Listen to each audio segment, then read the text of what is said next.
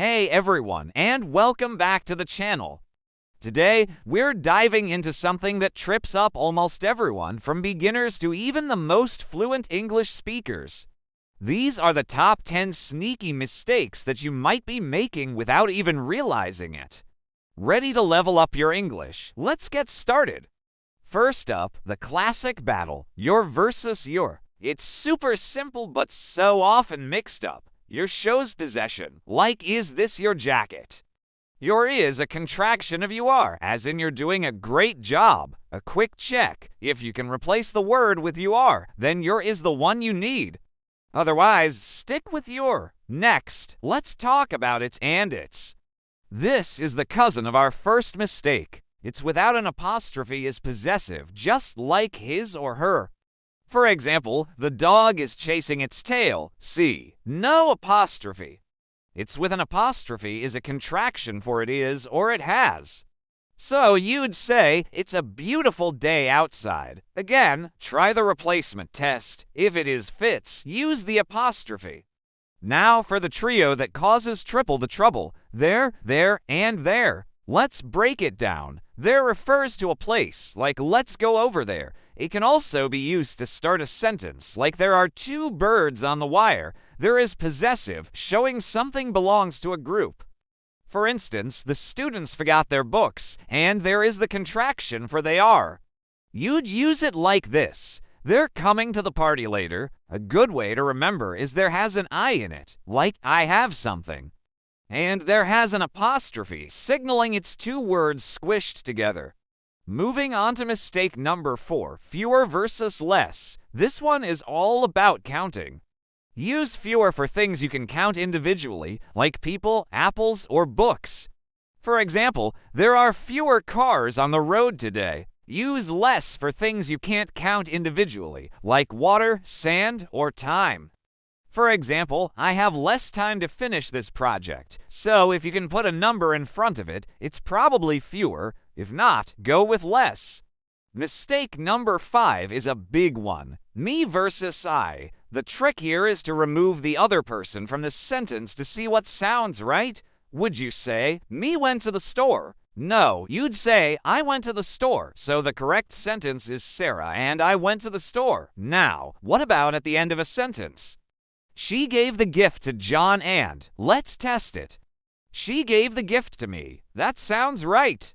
So, the correct version is, she gave the gift to John and me. I is the subject doing the action, and me is the object receiving it. Alright, number 6. Could've, should've, would've. I hear this one all the time in conversation. The correct phrase is could have, should have, or would have. The confusion comes because when we speak, we often contract have to ve, which sounds like of.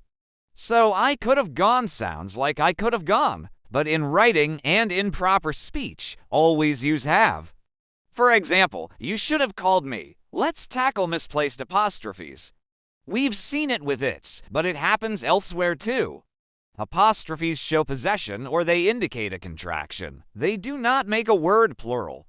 You might see the cats are sleeping, but that's incorrect. It should just be the cats are sleeping. Cats with an apostrophe means something belongs to one cat, like the cat's toy. And please remember, it's with an apostrophe at the end is not a word in English. Mistake number 8 is the dreaded run-on sentence. This happens when you join to complete thoughts together without the right punctuation. For instance, I love to write papers. I would write one every day if I had the time. It just keeps going. You need to separate those ideas. You can use a period. I love to write papers. I would write one every day if I had the time. Or you could use a comma and a conjunction like and or but. Simple fix. Big impact on clarity. Number 9 is a subtle but important one. Incorrect word order, especially with the word only. Where you place only in a sentence can completely change its meaning. If you say, I only eat vegetables, it could mean the only thing you do with vegetables is eat them. You don't grow them or sell them. But if you say, I eat only vegetables, it means you don't eat anything else. You're a vegetarian.